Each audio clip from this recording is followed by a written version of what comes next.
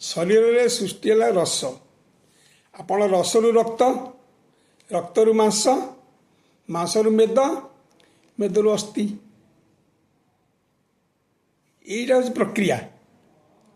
এই ପ୍ରକ୍ରିୟା ହେଉଛି ମଣିଷର ଶରୀର ସୃଷ୍ଟି।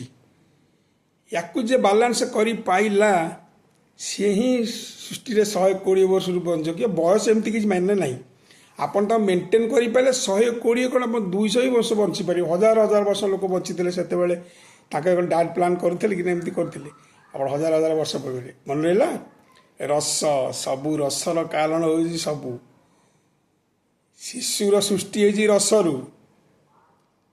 এই ରସରୁ ରକ୍ତ ସୃଷ୍ଟି ହେଇଛି, ରକ୍ତରୁ ମାଂସ ହେଇଛି, ମାଂସରୁ ମେଦ, ମେଦରୁ ହାଡ଼। ଆଉ ଫ୍ୟାଟ୍ ଆପଣ କହନ୍ତି ମୋ ପେଟରେ ଫ୍ୟାଟ୍ ହେଇଗଲା। ଫ୍ୟାଟ୍ କହିଲେ କ'ଣ କି?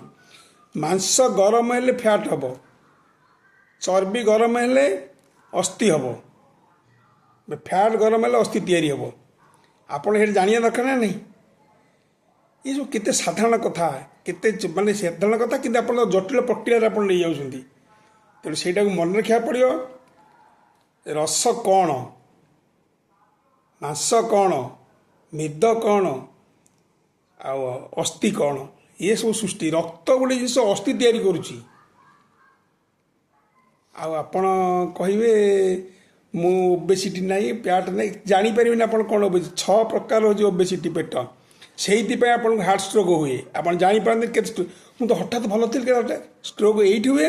ଆପଣ ଓବେସିଟି ବା ଫ୍ୟାଟ୍କୁ ଜାଣିପାରନ୍ତି ନାହିଁ ବୋଲି ଆଜି ଫ୍ୟାଟ୍ରେ ଆପଣ ଓବେସିଟିରେ ପଡ଼ନ୍ତି। ଜାଣନ୍ତୁ, ଯଦି ଜାଣିବେ ତାହେଲେ ମୋତେ କଣ୍ଟାକ୍ଟ କରିବେ। ମୁଁ କହିଦେବି କେମିତି ଓବେସିଟି ଆଉ ତାର ନିରାକରଣ କ'ଣ। ରହିଲି ଆଜ୍ଞା।